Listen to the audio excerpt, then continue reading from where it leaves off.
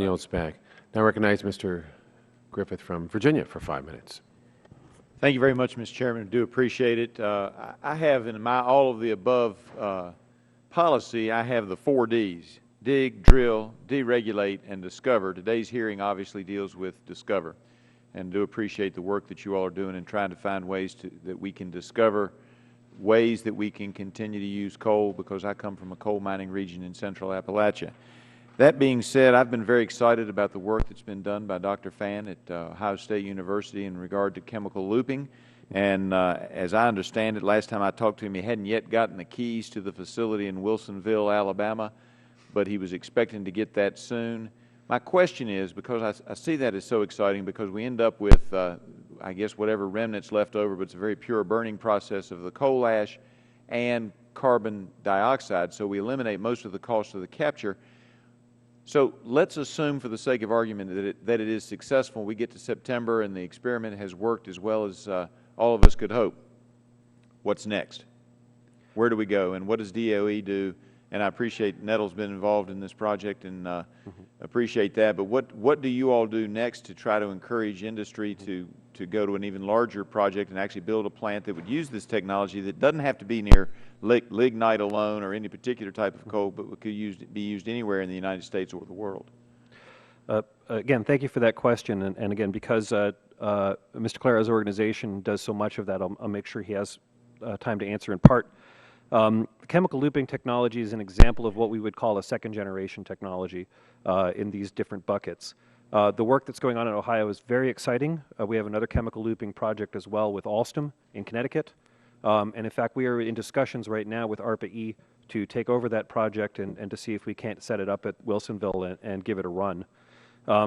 There are a series of technical challenges that come with association of scale-up, demonstration, and so forth. But I do want to mention that one of the interesting values of chemical looping is that it is actually a dual technology. It can be used on coal feed as well as on natural gas. Yeah. And I'd just like to add that we're doing everything we can to push that technology forward. Well, and I guess my question is that assuming that it goes well, do you all think you're ready to step in and say, okay, we'll help fund this at some plant, because we really need some help in the coal fields, and I see this as the light at the end of the tunnel. I don't see how it can possibly be done in less than 7 years, and that's with the government using the money that it has to take this discovery and make it real for people, where we don't raise the cost of electricity to where people can't afford it, and we continue to use the rich coal resources of central Appalachia. So I began this job just 3 months ago, and in that context, we are considering exactly what pieces we need to build into our research portfolio. One thing that we have begun to realize is that we need second-generation large pilot projects as the critical technical undergirding of those next generation of large demonstrations.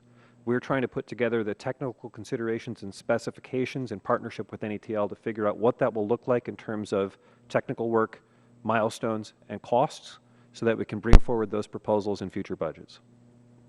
I appreciate that. I am concerned that we do have the cart before the horse, and that I appreciate what you all are doing moving forward, but I do think that some of the regulations coming out of your sister agency, not you all, but out of your sister agency, are making it hard for people to survive in the coal industry when we see technology coming down the pike that may very well solve the problems that a lot of times we hear of people bringing up in regard to the use of coal.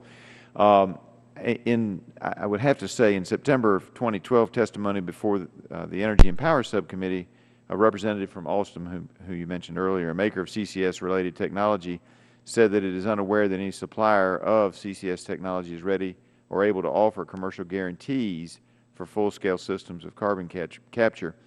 What does a technology supplier need to know to warrant and be insured for its CCS technologies for use on a coal power plant?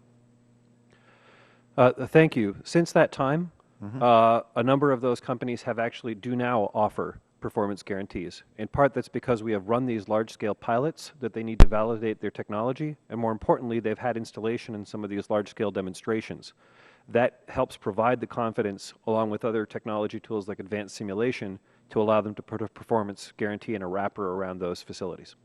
All right. I appreciate that. Thank you very much. I yield back the remainder of my time, Mr. Chairman. Mr. Johnson.